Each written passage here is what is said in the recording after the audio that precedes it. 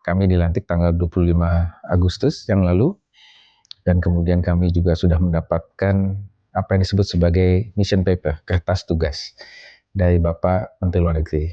Di situ dijelaskan bahwa tugas kami adalah untuk mewujudkan asta-cita dari Bapak Presiden Prabowo melalui diplomasi bilateral antara Indonesia dan UAE dalam berbagai macam bidang, politik, ekonomi, sosial budaya, dan juga pelindungan warga negara Indonesia. Jadi tugas kami nanti di sana adalah untuk mewujudkan impian mencapai Indonesia Emas 2045 melalui asta-cita, dan bagaimana hubungan bilateral antara kedua negara yang sudah baik selama ini bisa terus kita tingkatkan untuk bisa mendukung pencapaian asta-cita tersebut.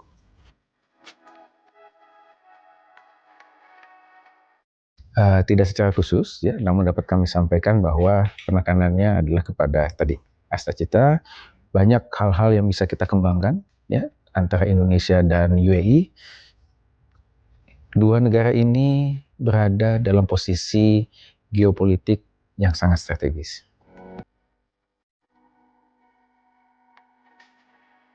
Dari jumlah kunjungan Bapak Presiden saja yang sejak dilantik sudah 3 kali ada kunjungan Bapak Presiden ke UAE.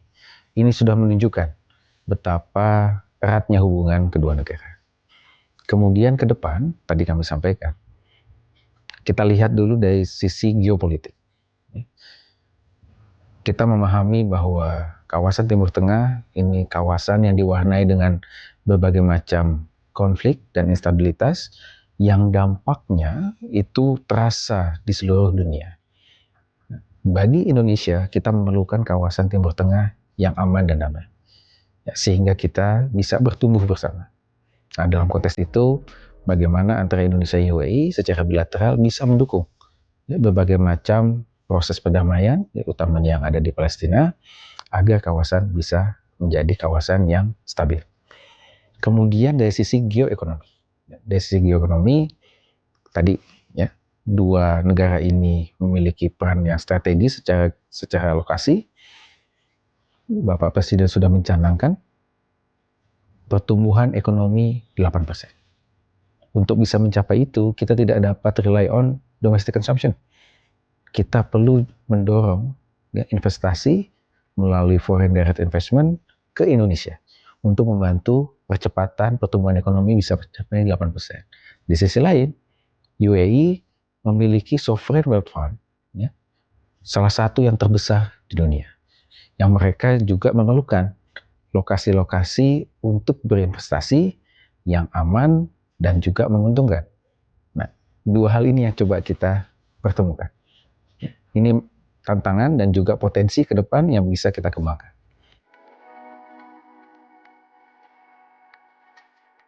Untuk investasi IKN sudah ada pembicaraan menuju ke arah sana, dan selain IKN juga ada berbagai macam investasi yang dilakukan oleh UAE di Indonesia, utamanya untuk infrastruktur, energi, termasuk energi terbarukan, dan juga oil and gas. Sebagai contoh, misalkan untuk pembangkit listrik tenaga surya yang ada di Cirata, itu adalah bentuk investasi energi terbarukan yang dilakukan UAE di Indonesia, dan itu harapannya bisa terus kita kembangkan. Ini akan membantu kita untuk juga bisa menciptakan bauran energi di Indonesia yang menggunakan energi terbarukan. Kemudian di sektor oil and gas ada kerjasama juga untuk eksplorasi gas yang ada di Laut Andaman di Provinsi Aceh. Seperti itu. Dari pendidikan juga ada berbagai macam investasi yang dilakukan oleh UAE, antara lain dengan Universitas Nahdlatul Ulama yang ada di Jogja. Jadi berbagai macam potensi kerjasama bisa kita lakukan. Sekali lagi tadi ada kebutuhan kedua negara. Di satu sisi kita memerlukan inward investment, kemudian di sisi lain UAE juga memerlukan tempat investasi. Nah, kita tinggal bagaimana menggerakkan sektor swasta kita untuk bisa berpartisipasi secara aktif, memanfaatkan kesempatan yang ada. Nah, kami dalam konteks ini di KBRI Abu Dhabi nanti siap untuk memfasilitasi dan mensupport ya, matchmaking antara sektor usaha di Indonesia dan di UAE. Yang penting adalah bagaimana kita bisa memetakan apa yang menjadi kepentingan kita ya, dan kemudian kita bisa hubungkan dengan berbagai macam kepentingan yang ada di UAE untuk kemajuan bersama.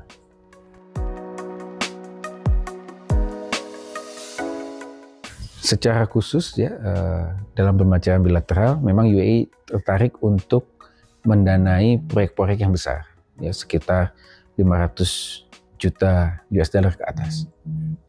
Nah, yang kita coba hubungkan di sini adalah berbagai macam proyek ya, yang sudah siap ya, yang sudah visible secara ekonomi dan bisnis ya, yang bisa didanai oleh investasi dari UAE ya. Tentu target kita adalah bagaimana meningkatkan dari capaian yang sudah ada saat ini. Sebagai gambaran untuk dalam konteks ekonomi dan investasi, kita sudah memiliki Indonesia UAE Comprehensive Economic Agreement yang ditandatangan tahun 2022 yang lalu dan sudah efektif berjalan di tahun 2023 bulan September. Kita melihat ada peningkatan, ya, peningkatan dari sisi perdagangan ya. Sebagai contoh, ada peningkatan sekitar 1,08% ya, 1 tahun sejak berjalan, dan kemudian pada tahun ini Januari hingga April peningkatan ya year on year itu sudah mencapai 12,8. Artinya apa? Indonesia UAE CEPA ini berdampak ya, bagi mendorong kerjasama ekonomi yang lebih erat di antara kedua negara. Nah, harapan kita bagaimana nanti sektor swasta bisa melihat peluang-peluang yang bisa dilakukan, karena sangat komprehensif kerjasamanya. Sekitar 94 pos tarif ya, yang dihapuskan ataupun yang diturunkan tarifnya untuk barang-barang Indonesia yang bisa masuk ke pasar UAE.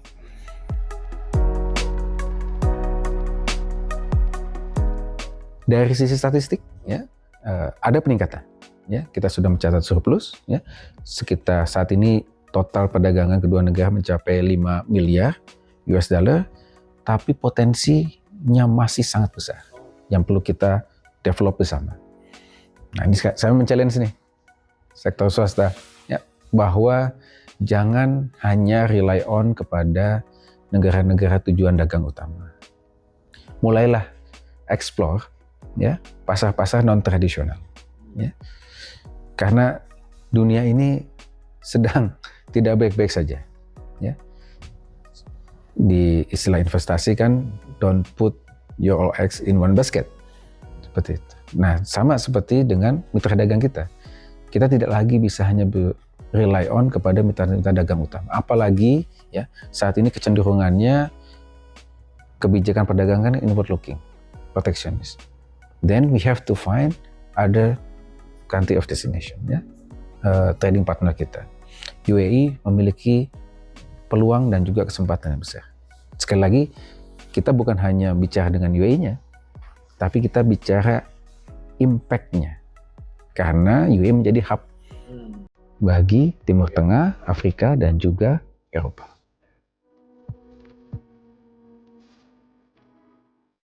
Menarik ya. Dari berbagai macam aspek gitu ya, kita ada kerjasama politik, ya, kerjasama ekonomi, sosial budaya, dan juga kerjasama konsuler ya, dalam konteks pelindungan warga negara Indonesia. Yang pertama tentunya bagaimana tadi tugas kami adalah mewujudkan Astacita Bapak Presiden. Ada dua hal yang bisa kita pertemukan. Satu, kita memiliki Astacita, UAE memiliki namanya UAE Centennial Plan 2071. Jadi kalau kita punya 2045, mereka punya 2071. Yang setelah kami pelajari, ada kesesuaian. Contoh fokus mengenai energi terbarukan, moderasi, ya, keharmonisan masyarakat, pendidikan, teknologi. Yang itu ya sama-sama disebutkan dalam dua dokumen tersebut. Yang ini nanti bisa kita pertemukan, karena this is mutual interest ya antara Indonesia dan UAE. Jadi di tahun pertama ya tentunya kami akan membangun networking. Ya. At the end of the day, diplomasi is about networking. Ya. Jadi ketika kita sudah bisa membangun networking dan menciptakan confidence ya, kepada pihak-pihak yang ada di UAE untuk bisa terus menciptakan interaksi ekonomi yang semakin erat dengan Indonesia, sekaligus tugas kami juga menciptakan confidence di teman-teman pengusaha di Indonesia dengan bantuan Pak Suta tentunya melalui Suar ini ya, agar ayo ya kita buka peluang di sana ya, kita buka ekonomi kita di sana, jangan hanya ya happy dengan bermain di kandang sendiri nih. Ya, ayo kita mulai buka perspektif kita keluar dan jangan hanya sekedar masuk ke pasar-pasar tradisional kita. Ya, gunakan kesempatan ini.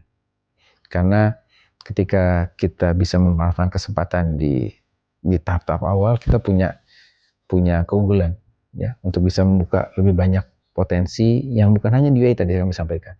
Kita bicara potensi pasar yang begitu besar di Timur Tengah, Afrika, ya, utamanya sebagai dan menggunakan UAE sebagai hub.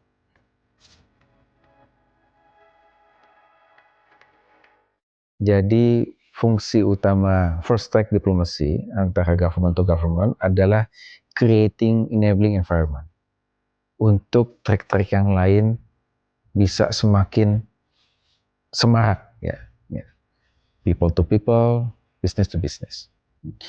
Nah, kami dalam hal ini pemerintah ya melalui KBRI Abu Dhabi akan mencoba mengawal dan juga mendampingi ya, baik itu dalam konteks business to business maupun people to people agar hubungan antara business and people to people ini semakin erat.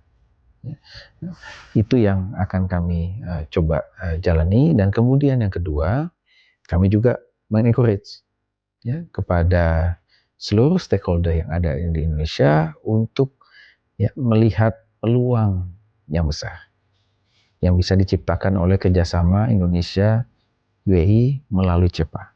Ini potensi yang sangat besar, tapi kita harus merubah mindset kita ya, jangan happy ya di kolam sendiri atau di comfort zone. Ya. Kita harus keluar dengan comfort zone kita, ya, yaitu mulai membuka pasar-pasar non tradisional kita. Ini termasuk saya ini keluar dari comfort zone saya. Ya. Selama hampir 9 tahun, ya, saya menangani isu pelindungan warga negara Indonesia. Ya. Itu sudah menjadi comfort zone saya karena sudah terbiasa, ya, day to day menangani. Sekarang saya mendapatkan amanah baru dan tantangan baru menjadi duta besar yang harus memiliki perspektif yang lebih luas, ya, bukan hanya masalah pelindungan WNI, tapi juga masalah ekonomi, politik, sosial budaya. Saya keluar dari comfort zone saya. Nah, ini juga perlu kita lakukan semua pihak. Kami di KB Abu Dhabi adalah kepanjangan tangan dari teman-teman semua. Silakan manfaatkan kami siap untuk membantu untuk menciptakan hubungan bilateral ekonomi yang semakin menguntungkan bagi Indonesia dan UAE.